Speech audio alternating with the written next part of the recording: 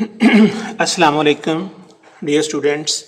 आज हमारा lecture number 2, इसका कुछ हिस्सा पहले वाले लेक्चर के साथ कंसर्न्ड है और कुछ इसमें हम आज नई चीज़ें पढ़ेंगे।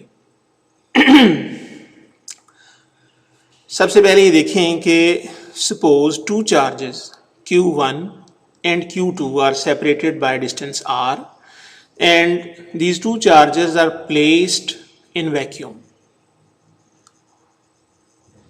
The electrostatic force between them is F is equal to 1 over 4 pi epsilon naught Q1 Q2 over R square into R unit vector. The unit vector is directed from charge number 1 to charge number 2. But when there is a dielectric medium between the charges, पहले इन दो charges के दरमियान vacuum था और जो electrostatic force थी उसकी equation का नाम हमने रख दिया इक्वेशन नंबर 1। और फिर ये दोनों चार्जेस Q1 और Q2 दोनों के दरमियान डिस्टेंस उतना ही है, लेकिन इन दोनों के दरमियान एक डाई इलेक्ट्रिक मीडियम मौजूद है। The electrostatic force between the charges is F dash 1 over 4 pi epsilon, और एप्सिलॉन के साथ छोटा सा जो लिखा हुआ नजर आ रहा है ये एप्सिलॉन m है, that is permittivity of the dielectric medium Q1 Q2 over R square into R unit vector। और इस इक्वेशन का नाम हमने रख दिया इक्वेशन नंबर 2। इक्वेशन नंबर 1 और इक्वेशन नंबर 2 में जो मेन डिफरेंस है, नंबर 1 में permittivity of free space which is written as epsilon not, और इक्वेशन नंबर 2 में permittivity of the medium represented by epsilon m।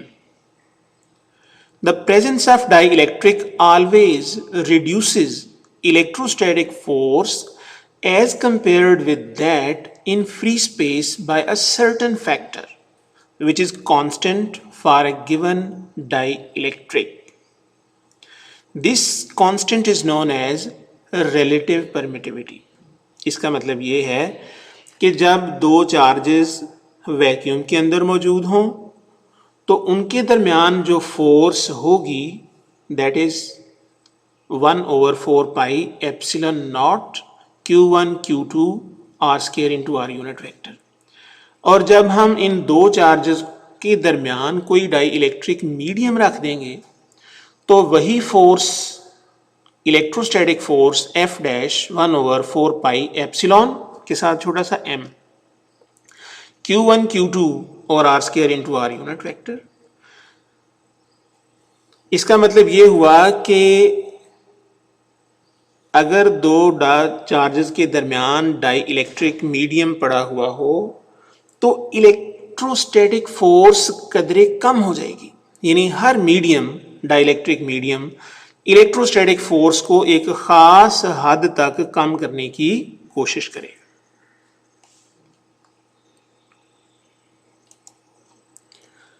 Relative permittivity can also be defined as epsilon r epsilon m divided by epsilon naught, the ratio of permittivity of a dielectric medium to the permittivity of free space।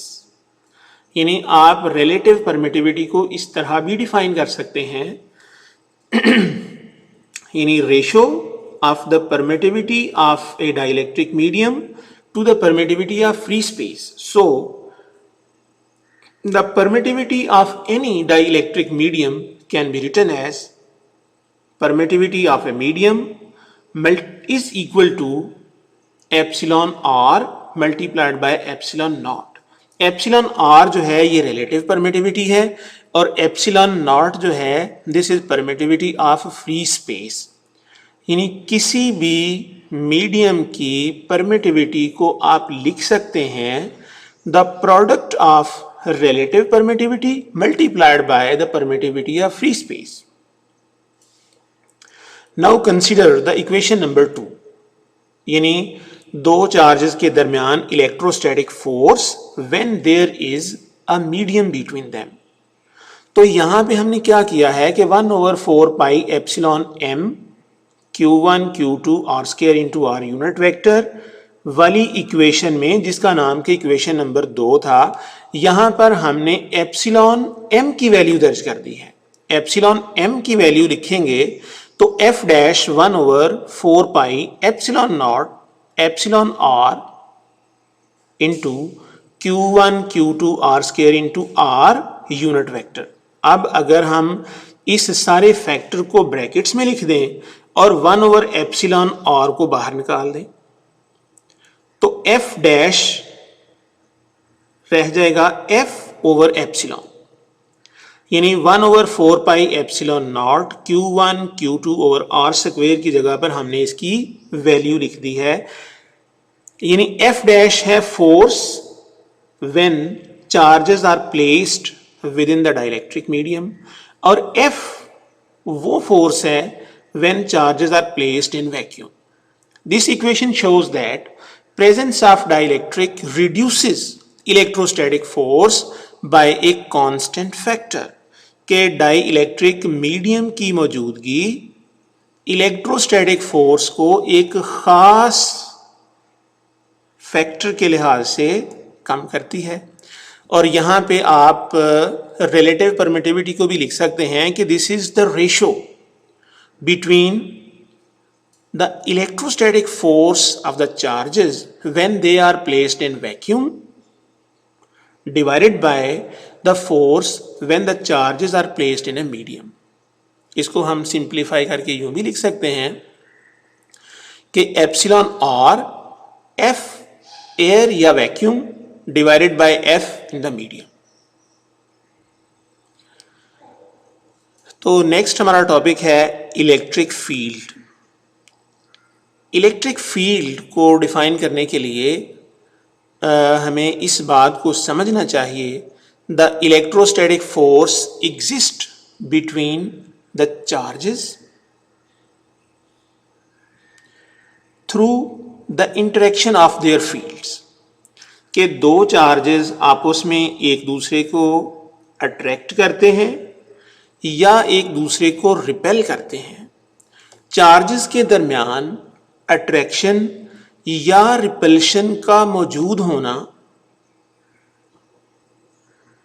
Electrostatic force को represent करता है, और ये charges एक दूसरे को attract करते हैं या एक दूसरे को रिपेल करते हैं through the interaction of their fields. यानी हर चार्ज अपना अपना फील्ड प्रोड्यूस करता है, और उन दोनों चार्जेस के फील्ड्स जब एक दूसरे के साथ इंटरेक्ट करते हैं तो सिमिलर होने की सूरत में फोर्स ऑफ रिपल्शन प्रोड्यूस होती है, और ऑपोजिट होने की सूरत में फोर्स ऑफ अट्रैक्शन प्रोड्यूस होती है।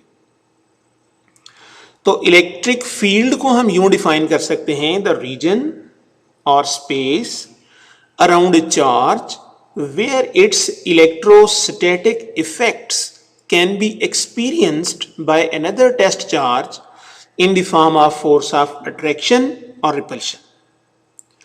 Electric field around a charge always exists whether other charges are present in space or not. यानी किसी चार्ज के इर्द गिर्द उसका इलेक्ट्रिक फील्ड मौजूद होता है, चाहे कोई दूसरा चार्ज वहां पे मौजूद हो या ना हो, doesn't matter. However, the presence of field can be detected with the help of a test charge Q0. यानी फील्ड की मौजूदगी को टेस्ट करने के लिए हमें दूसरा टेस्ट चार्ज वहां पे रखना पड़ेगा when it is brought within the field. Electric field intensity यानी force per unit charge. The electric field intensity is defined as the force experienced per unit charge within the electric field of a given charge Q. Now suppose we have a charge Q and the boundary represents electric field around Q। अब ये देखें कि ये मैंने Q के गिर्द एक फर्जी सी बाउंड्री बना दी है। ये जरूरी नहीं है कि हर चार्ज के गिर्द इसी तरह की बाउंड्री का फील्ड पैटर्न हो, किसी भी तरह का हो सकता है। अब अगर टेस्ट चार्ज Q नॉट इस बाउंड्री से बाहर है तो इसके ऊपर अमल करने वाली इलेक्ट्रोस्टैटिक फोर्स जीरो है, यानी as one charge is away from the electric field of another charge, there would be no force of attraction or repulsion।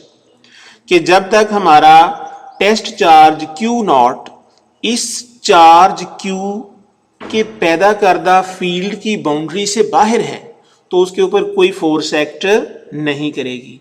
लेकिन जैसे ही हम टेस्ट चार्ज Q नॉट को इस बाउंड्री के अंदर ले आएंगे और Q से उसका फासला R होगा, then electrostatic force will exist between the charges which is given by F is equal to 1 over 4 pi epsilon naught Q naught over R square। When the test charge Q naught is outside the boundary, no electrostatic force will act upon it, but when this test charge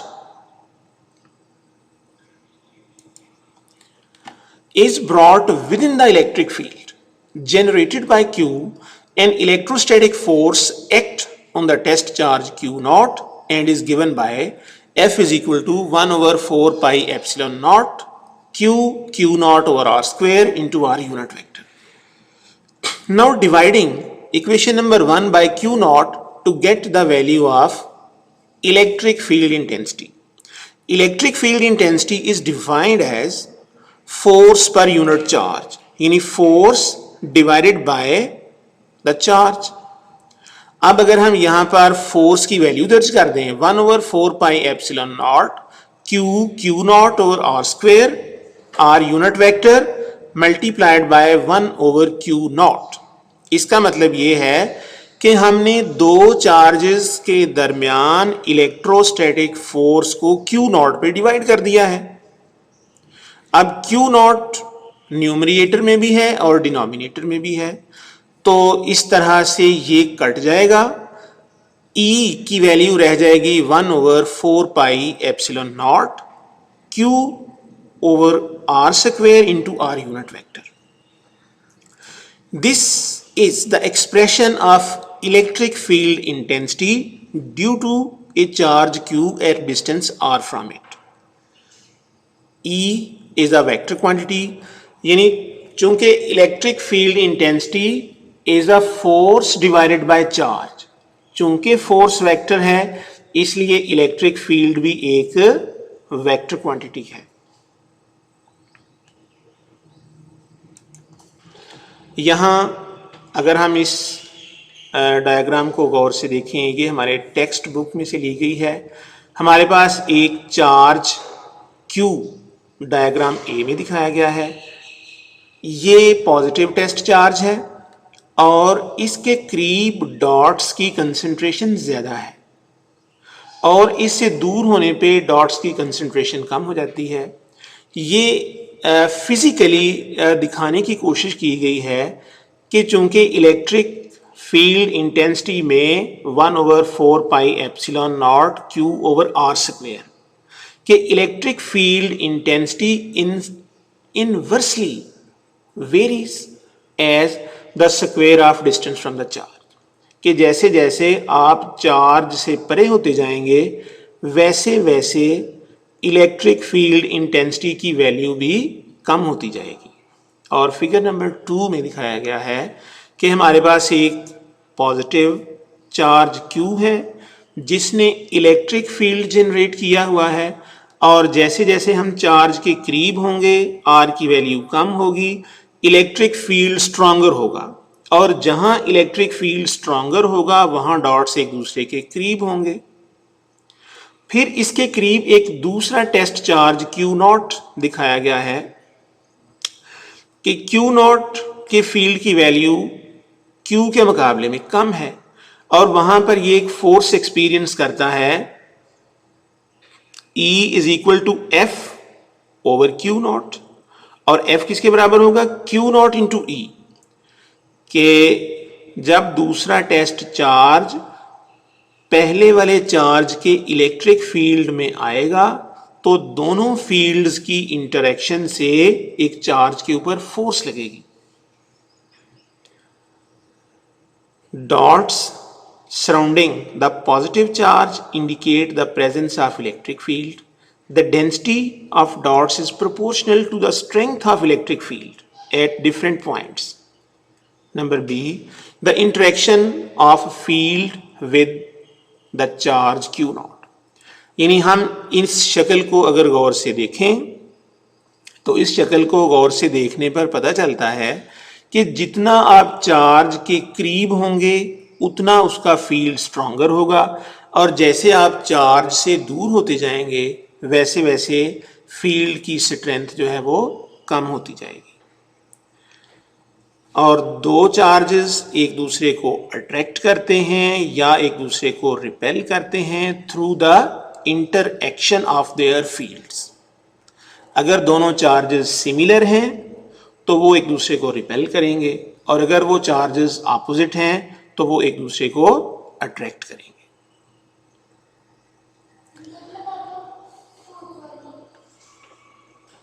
अस्सलाम वालेकुम बेटा, उम्मीद है कि आप लोगों को समझ आई होगी। इसको ज़रा गौर से समझने की कोशिश करें, गौर से पढ़ने की कोशिश करें।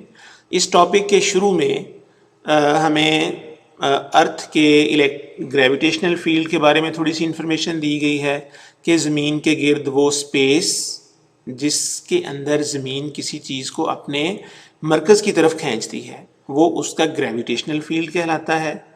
और इसी तरह इलेक्ट्रिक चार्ज दूसरे चार्जेस को अट्रैक्ट करता है या रिपेल करता है, वो स्पेस इलेक्ट्रिक फील्ड कहलाता है। और इसको बार बार पढ़ें, गौर से सुनने की कोशिश करें। ओके बेटा, अल्लाह हाफिज़, अस्सलाम वालेकुम।